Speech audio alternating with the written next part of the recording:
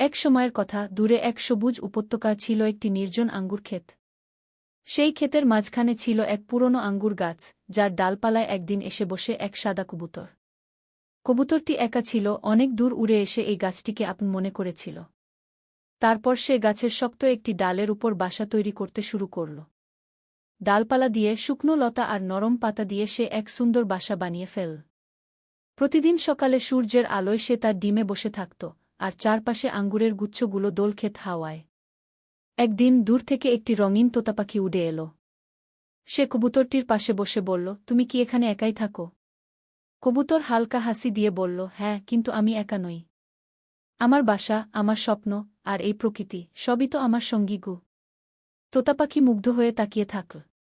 সে বুঝতে পারল, শান্তি আসলে বাহ্যিক নয়, মনেই বাস করে।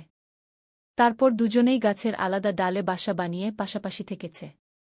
তাদের ডাকে ভরে উঠেছিল আঙ্গুর বাগান। আর সেই নির্জন ক্ষেত হয়ে উঠল ভালোবাসা আর বন্ধুত্বের এক নতুন গল্প।